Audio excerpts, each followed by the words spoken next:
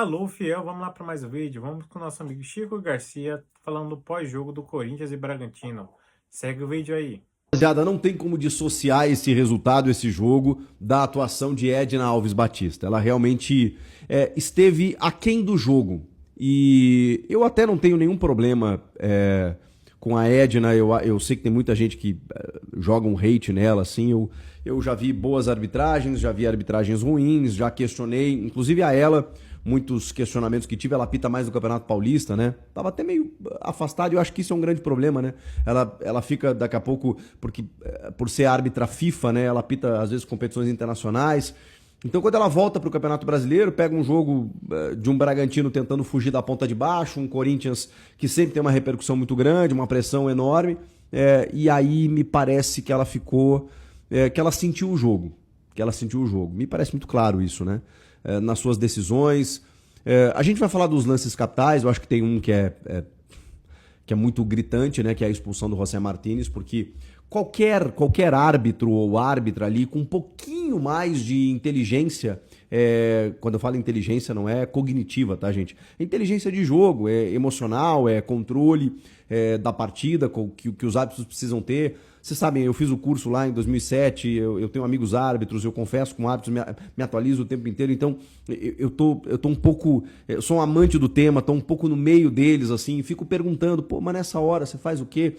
E tal, e os árbitros me falam, cara, se você entrar com o regulamento embaixo do braço, com o livro de regras embaixo do braço, você não termina um jogo, você não sai de campo. Então você tem que ter. Isso não é malandragem, isso não é burlar a regra. Não, é você ter um controle do jogo. E muitas vezes o árbitro ele tem esse controle, segurando um cartão um pouco aqui, indo na conversa ali, porque ele pendura o cara dentro do jogo, do tipo assim, pô. É uma relação de confiança, né? O árbitro tá ali não para ferrar o jogador. E o jogador muitas vezes tá tentando ferrar o árbitro porque ele quer levar vantagem. E a gente pode questionar isso, mas isso culturalmente acontece. Então o árbitro ele tem que, cara, jogar contra 22 caras que estão contra ele ali naquele momento. É difícil, eu sei que é difícil. Mas os árbitros mais inteligentes emocionalmente, eles conseguem driblar isso tudo. E a Edna, ela não conseguiu. Ela foi pressionada o tempo inteiro, ela tomou decisões confusas, ela teve problemas de critérios. E vamos lá, nos lances capitais do jogo, eu já vou entrar nessa seara, o pênalti cometido pelo Angileri, ele aconteceu, né? Ele é um tranco nas costas. A gente pode questionar se é suficiente ou não, mas ali não é uma disputa de bola no ombro, ele vai no corpo do jogador e existe um texto na regra que fala ombro nas costas é infração, ombro com ombro não é nada, ombro nas costas você está tirando completamente o jogador da jogada. Então ela não marca no campo, então é mais uma decisão capital em que ela depende do VAR, ela vai no VAR e acaba marcando a penalidade. Mas o problema, como disse o Dorival na coletiva, é que outras faltas aconteceram nesse sentido e ela deixou passar. Então, eu entendo a reclamação. Agora, se eu for analisar o pênalti especificamente, o pênalti aconteceu. E aí a gente também vai noutra seara, né, que foi na minha abertura do vídeo. Os erros do time. O Corinthians também deixa escapar pontos em Bragança por conta de erros individuais do próprio time. Erros coletivos também, mas acima de tudo individuais, né? Precisava o Angileri entrar na disputa dessa maneira, correndo esse risco. Então acho que esse é um questionamento. Mesmo que você entenda como não pênalti, no mínimo ele correu um risco e o pênalti acabou sendo marcado. Mesmo com falta de critério, porque isso existe. Então o jogador ele tem que ser inteligente o suficiente para entender que, cara, eu tô jogando contra uma arbitragem que está insegura, que está confusa.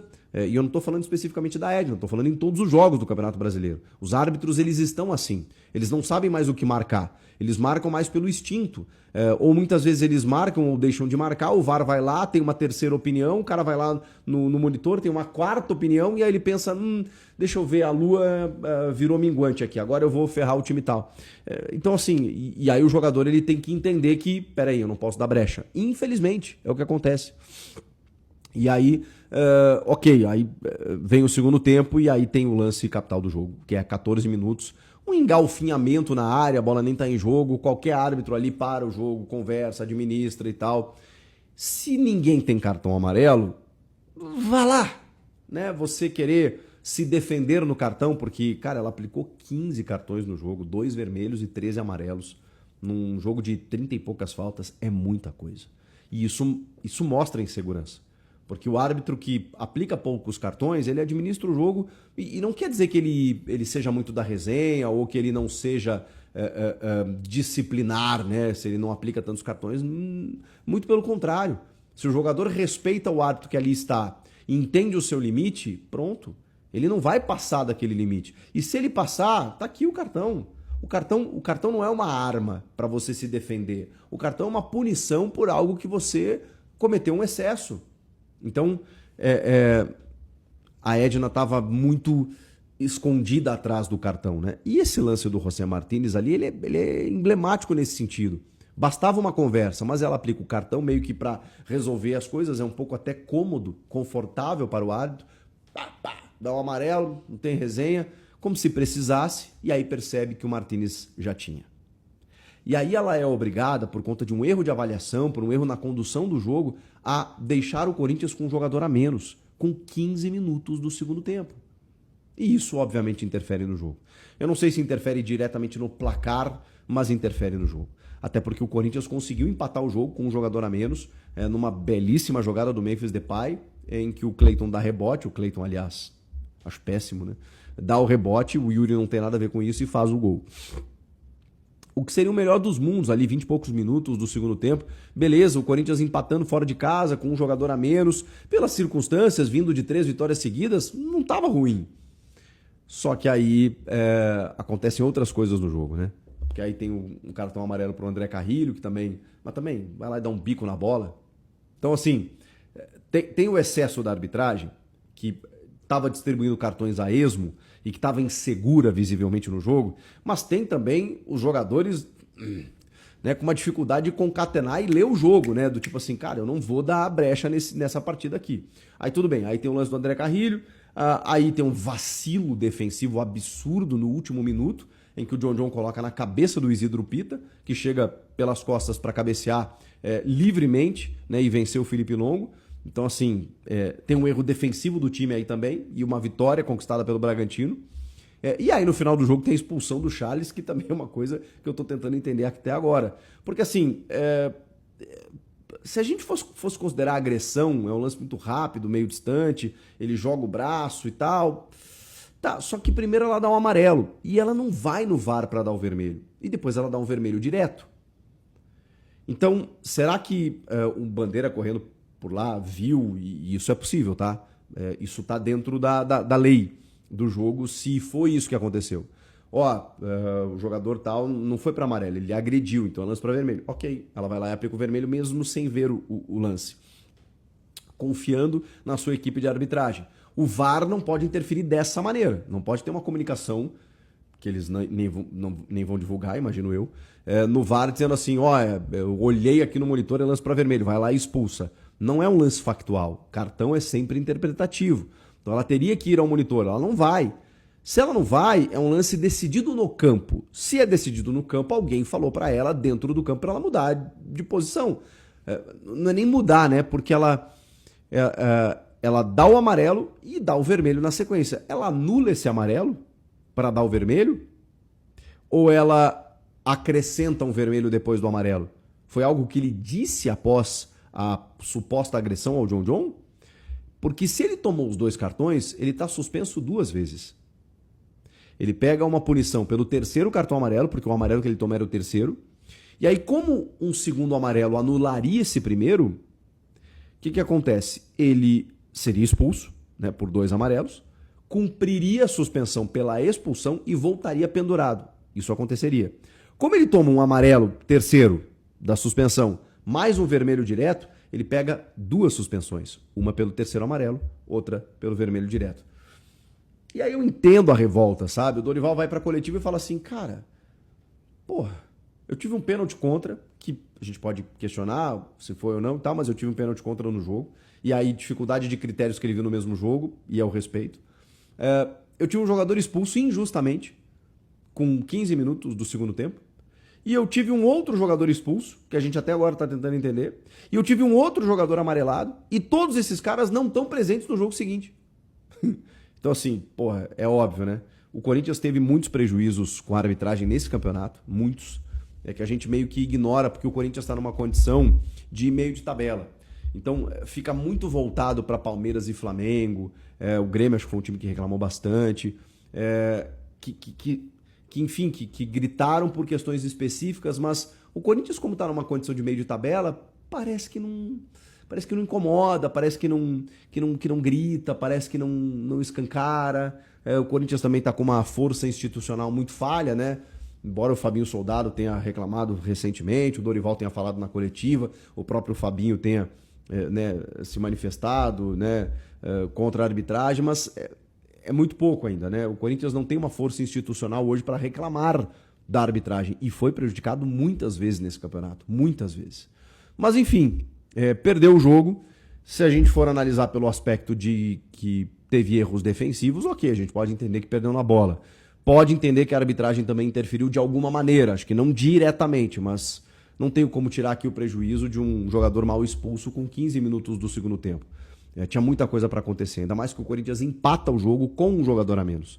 Então, não tem como a gente dizer que não interferiu. E o tempo inteiro, se a gente sair dos lances capitais, foi uma arbitragem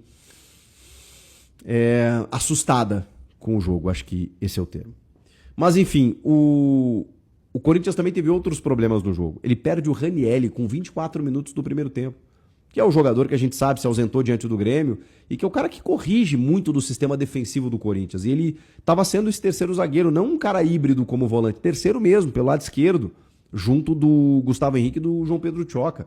Era 3 zagueiros mesmo, o Martínez e o Bidon mais alinhados, como volantes, meio campistas ali, né? Um pela direita, outro pela esquerda, e o Rodrigo Garro na meia armação. O Bidon, aliás, mete uma bola na trave. Acho que o primeiro tempo, cara, de enfrentamento que o Corinthians fez, o Corinthians poderia até ter saído na frente. E não aconteceu. E aí vem o segundo tempo e você tem uma expulsão que compromete tudo. Mas ele foi com uma escalação até muito diferente da que eu imaginava. Né? Ele colocou Martínez, Bidon, ele deixou o Maicon no banco, ele deixou o Carrilho no banco. Então, mas eu entendo, né? Porque o que acontece? Jogo quarta e domingo, quando tem uma semana cheia, você precisa dosar. Porque senão, em algum momento, você vai estourar alguém. O Garro sai 40 e poucos minutos do segundo tempo, já faz um gelo no joelho. Então, eu entendo ele fazer essa movimentação. O Maicon estava tendo uma sequência muito grande. Aí o Ranieri volta, o Martínez volta, o Bidon volta. Os caras estavam descansados. Eles não jogaram contra o Grêmio.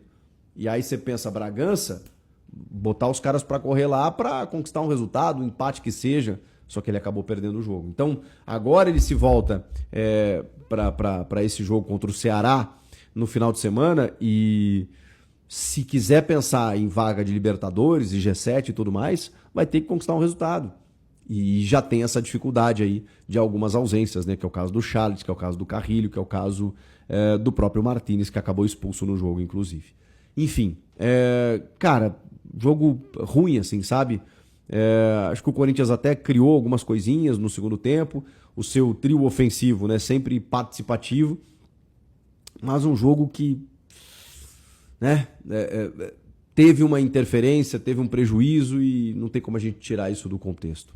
Enfim, uma derrota que não estava nos planos, né? Eu olhei Corinthians e Bragantino, o Bragantino nessa situação que tá, contratou o Wagner Mancini, o segundo jogo dele, eu falei, não, Corinthians vence esse jogo em Bragança, acho que é tranquilo de vencer.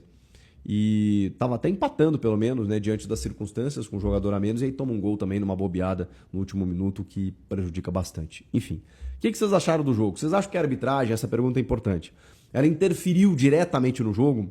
Ou ela só foi ruim pro espetáculo, confusa, né? Foi o Hugo Souza publicou aí na rede social que foi um absurdo o que a Edna fez com o Corinthians. Vocês acham que é para tanto? Ou enfim, né? Foi uma arbitragem ruim como um todo e, na verdade, o time acabou sofrendo bastante. Comenta aí, quero te ouvir. Inscreva-se no canal e eu volto na próxima. Tchau!